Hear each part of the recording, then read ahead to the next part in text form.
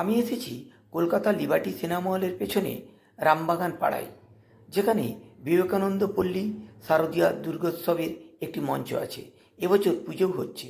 আগের ভিডিওতে আমি দেখিয়েছিলাম মহিলা শিল্পীরা কিভাবে ঠাকুরের সাজসজ্জা তৈরি করছে, আর আজকের এই ভিডিওতে আমি দেখাবো পুরুষ শিল্পীরা সংঘবদ্ধ হয়ে কিভাবে ঠাকুরের সাজসজ্জা তৈরি করে যাচ্ছে।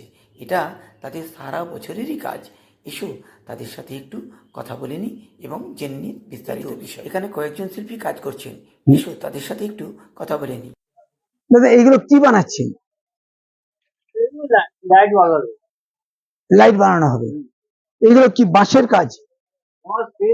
বাঁশ আর বেত দিয়ে। আচ্ছা, বেত কোনগুলো আছে? এই তো আমি বাঁশ দেখছি। ওইগুলো বেত। ও ওইগুলো বেত আছে। হ্যাঁ হ্যাঁ হ্যাঁ, এইগুলো বেত। ওইগুলো বেত দিয়ে করছেন। বাহ, এগুলো কি আপনাদের সারা বছরই কাজ, না এরকম এই দুর্গাপুজো এসছে বলে কাজ হচ্ছে? আচ্ছা আচ্ছা আচ্ছা আচ্ছা আচ্ছা। আর এইগুলো কি আপনাদের অর্ডারের কাজ? মানে আপনারা তৈরি করে রাখেন, এসে কিনে নিয়ে যায়, এরকম হয় না? আগে অর্ডার দেওয়া হবে? এটা কি বলছেন? এটা কি? এটা আমাদের বিকেশ স্ট্যান্ড আছে এটা। আচ্ছা, মেয়েদের চুলে হাতের কাজ শেখার জন্য এটা নিয়ে যায়। মেয়েদের চুলের হাতের কাজ করা শেখার জন্য নিয়ে যায়। আচ্ছা, এটা কি অর্ডার দেওয়া? অর্ডার দেওয়া আছে। তো এটা আপনি কি দামে বিক্রি করছেন? এটা আমি 300 টাকা। পুরো জিনিসটা 300 টাকা? হ্যাঁ, পুরোটা কি দিয়ে তৈরি হয়েছে? বেত দিয়ে তৈরি হয়েছে। বেত দিয়ে তৈরি হয়েছে। এটা এটা বানাতে আপনার কতক্ষণ সময় গেছে? এটা কমসে কম ঘন্টা 3 সময় লাগে একটা বানাতে। একটা বানাতে 2-3 ঘন্টা? হ্যাঁ। 2-3 ঘন্টার মধ্যে একটা বানিয়ে দিচ্ছেন? হ্যাঁ। আর এইটা বানাতে আপনার কত টাকা খরচা হলো? এটা বানাতে আমাদের মোটামুটি একটা বানাতে 100-150 টাকা মতো খরচা আছে। 150 টাকা খরচা হচ্ছে, আপনি বিক্রি করছেন 300 টাকা? হ্যাঁ, মানে মানে সবাই মিলে একটা- কাজ করি তো, ওটা আমরা 5-6 টাকা করলে পুষিয়ে যায়। আচ্ছা, মানে এইভাবে আপনি কাজটা করছেন? এইভাবে মানে আপনারা বিভিন্ন রকমের কাজ করেন? বিভিন্ন ধরনের কাজ করি। এইখানটা এই জায়গাটায় বসে আপনারা কতজন কাজ করেন? এটা 4 জন মিলে কাজ করি আমরা। 4 জন কাজ করেন কাজ করি। সারা বছর? এই তো এই যেমন 1, 2, 3 আর এই 4 জন। আবার ওই জায়গাটা একজন থেকে অন্য লোক কাজ করে, অন্য কাজ। আচ্ছা, পুরো জায়গাটা আমরা কাজ করি না। হ্যাঁ, মানে সামান্য ওই দিকটা আর একজন কাজ করে, ধর্মকলে কাজ করে। আচ্ছা আচ্ছা আচ্ছা আচ্ছা। পুরো পাড়াটাই আমাদের এইভাবে কাজ। আচ্ছা, আপনার নাম কি? আমার নাম রামু। হ্যাঁ, রামু পাগড়ে। রামু। আচ্ছা রামুদা, আপনি কতদিন কাজ করছেন এই কাজে? এটা আমি ছোট থেকে করছি। ছোট থেকেই কাজ করছেন? বাবা শিখি। এছাড়া কি আর কোনো কাজ করেন আপনি?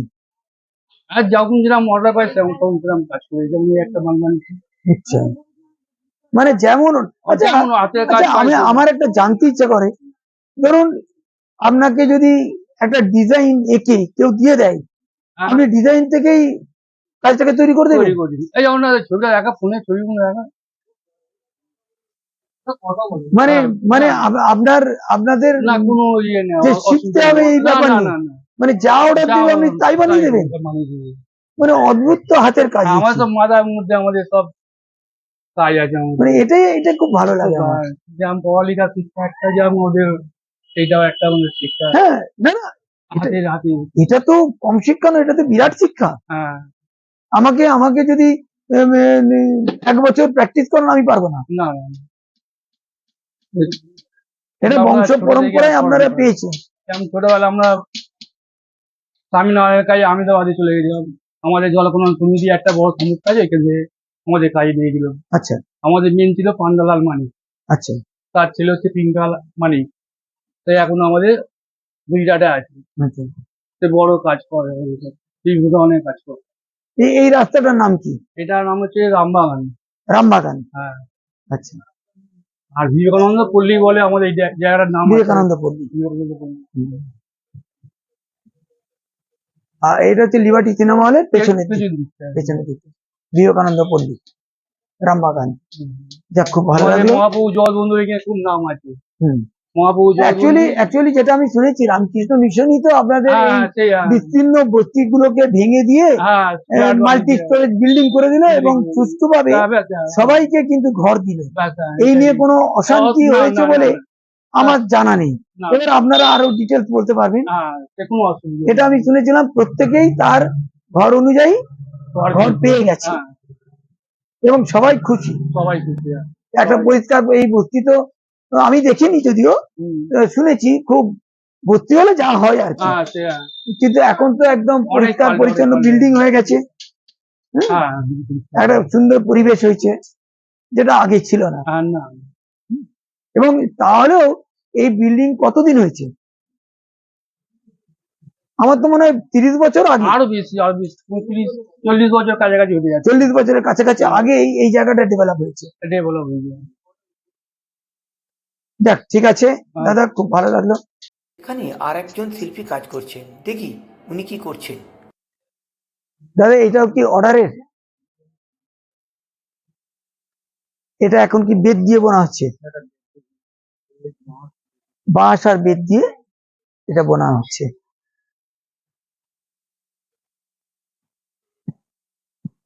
এটা তো অনেকটা বড় একটা প্রজেক্ট এইটা। এটা কতদিন লাগছে আপনার পুরোটা তৈরি করতে? তোমার নিচে এটা লাগিয়ে 10-12 দিন। আর এটা বানিয়ে আপনি কত পাবেন? পাবো না আমরা, আমাদের একটা কিছু পাবো। সারাদিনে কত পান?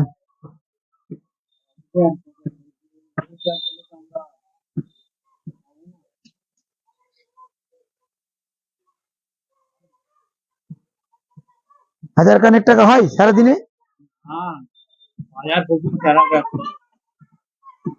এদিকে আর যা করবো আমাদের দেশে কারখানা নেই, কিছু নেই। চলে এই হাতের কাজের উপরে কোনো রকম চলে। হাতের দাম করলে আর কোনো পাওয়া যায় না। আচ্ছা, এবছর আপনাদের ডিমান্ড কি আছে? এবছর তো অভয়া কাণ্ডে তো মার্কেটের অনেক ক্ষতি হয়েছে বলে মনে হচ্ছে। হ্যাঁ, তা আপনাদের ডিমান্ড কিরকম আসছে? বিমান আর নেই, কিন্তু মার্কেটে কাজ নেই। আগের বছরের চেয়ে কমে গেছে? অনেক কারিগর বসে আছে।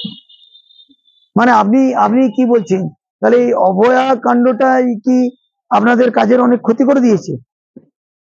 কি হলে কি হবে, কিন্তু একটা যারা লড়াই করছে যাত্রী নিয়ে, কিন্তু সবথেকে ভালো অন্যায়টা তো হয়ে যাচ্ছে।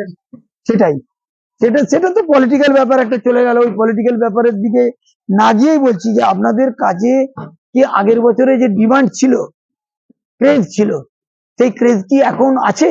পুজো তো আর ধরুন আর তো না, 10-12 দিন আছে, 10-12 দিনে সেরকম কাজ নেই, সেরকম কাজ নেই না? ডাউন। আর এই কলকাতার মতো জায়গাতে যদি মার্কেট এরকম ডাউন থাকে, তাহলে মফস্বলে তো একেবারে যাতা অবস্থা চলছে। দাম বাড়ায়। কি অবস্থা? তার মানে আপনারা স্যাটিসফাইড নন এবছর পুজোর মার্কেটিং এ? আপনার নামটা বলুন। আমার নাম প্রেমানন্দ দ্বিবেদী। কি? প্রেমানন্দ দ্বিবেদী। আচ্ছা, দেবানন্দ বিজনী, বেশ ভালো। কিন্তু মেদিনীপুর, আপনার মেদিনীপুরে বাড়ি? বাহ, মেদিনীপুরে কোথায়? চণ্ডীপুর থানা। চণ্ডীপুর থানা, নন্দীগ্রাম। আর এখানে আপনি কতদিন আছেন কলকাতায়? দাদা বহুত দিন রামকৃষ্ণ মিশনে বহুত দিন ছিলাম। আচ্ছা, আমাদের রামকৃষ্ণ মিশনের বাড়ি থেকে একটা বৃষ্টি হয়ে গেছে, ওইদিকে আছে 17 নম্বর মন্দির। আচ্ছা। শিল্পীদের বাঁশ ও বেতের কাজ দেখতে দেখতে আমি ও বিশ্বজিৎ বিস্ময়ে অবাক হয়ে গেলাম। এগিয়ে চললাম, যেতে যেতে দেখি থার্মোকলের কাজ করছেন আরেক শিল্পী। চলো ওনার সঙ্গে একটু কথা বলে নিই। একটু এগিয়ে গিয়ে দেখলাম একজন শিল্পী রেডিওর গান শুনতে শুনতে একটি থার্মোকল কাটছেন আর একটা মূর্তি তৈরি করছেন। আমি ওনার সঙ্গে একটু কথা বলতে চাইলাম, উনি রাজি হলেন না। পরে অবশ্য রাজি হলেন। ওনাকে বললাম রেডিওর সুইচ অফ করতে, উনি সেটাই করলেন।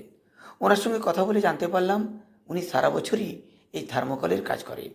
বিভিন্ন বিয়েবাড়ি বা অন্য কোনো অনুষ্ঠান বাড়িতে উনি থার্মোকলের কাজ করেন। এটা একটা দুর্গার প্রতিমা তৈরি করছেন থার্মোকল কেটে। আগামীকালই অর্ডার সাপ্লাই দিতে হবে, তাই উনি অত্যন্ত ব্যস্ত। কথা বলতে প্রথমে রাজি ছিলেন না। বেশ ভালো লাগলো ওনার সঙ্গে কথা বলে। বলছি দাদা, এই যে এটা আপনি করছেন, এটা তো থার্মোকলের, এটা কি কাজ হচ্ছে? এটা দুর্গা প্রতিমা নির্মাণ করা হচ্ছে। পুরোটাই থার্মোকলে। এটা কি আপনি আগে থেকে অর্ডার পেয়েছেন না তৈরি করে রাখছেন, যার পছন্দ হবে সে কিনবে? ও তার মানে এখানে যা অর্ডার দেওয়া হবে সেই মালই তৈরি করা হয়, বানানো হয় না। আর আপনি এই যে এই থার্মোকলের দুর্গা প্রতিমা তৈরি করছেন, এটা কতদিন শিখেছেন?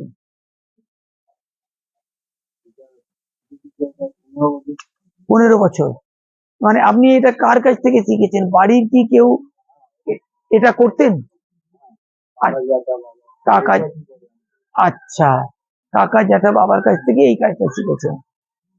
আচ্ছা ধরুন এই কাজ করে আপনার কি সারা বছরই চলে যায়? মানে আপনি সেইভাবেই অর্ডার পেয়ে যান, তাই তো? আচ্ছা, বিয়ে বাড়ির ডেকোরেশনে সেখানেও থার্মোকলের বিভিন্ন কাজকর্ম করেন। বাহ! আর এ তো আমি যা দেখছি এখানে এতে আপনাদের প্রত্যেকেরই হাতের কাজটা একদম নিখুঁত কাজ, খুব সুন্দর। এর উপরে নিশ্চয়ই রং করবেন? আচ্ছা, পেপার লাগিয়ে তারপরে রং করবেন। আচ্ছা, আপনার নামটা একটু বলবেন? শুভেন্দু? শুভেন্দু পোড়েল। আপনার কি বাড়ি এখানে? আর এই যে এইটা করতে মোটামুটি আপনি কত টাকা নেবেন?